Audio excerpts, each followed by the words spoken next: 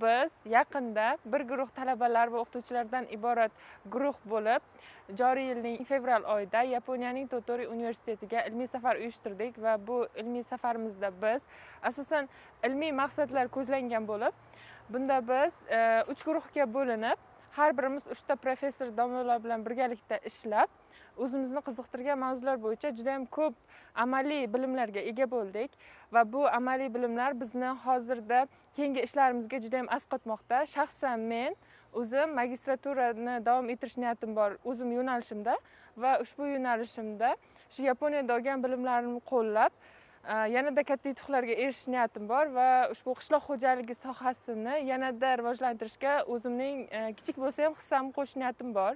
Bizning Yaponiyaga bo'lgan bu ilmiy safarimizda biz ham ilmiy jihatdan, ham madaniy jihatdan juda ham ko'p taassurotlarga ega bo'ldik. Birinchi navbatda bu Yaponiya dunyodagi eng juda ham rivojlangan, bundan tashqari toza, ozoda, juda ham tinch davlat. Bu bizni e'tiborimizni juda ham jalb qildi. Bundan tashqari odamlarning mehmondo'stligi, u yerdagi tarixiy obidalar bizni e'tiborimizni jalb qildi va bundan tashqari biz u yerda institutda laboratoriyalarda ishlaganimizda ham zamonaviy jihozlar bilan to'laqonli ta'minlanganligi bizni juda ham xursand qildi va biz bemalol o'zimizni ilmiy ishlarimizni to'laqonli bajardik va kerakli natijalarga erishdik.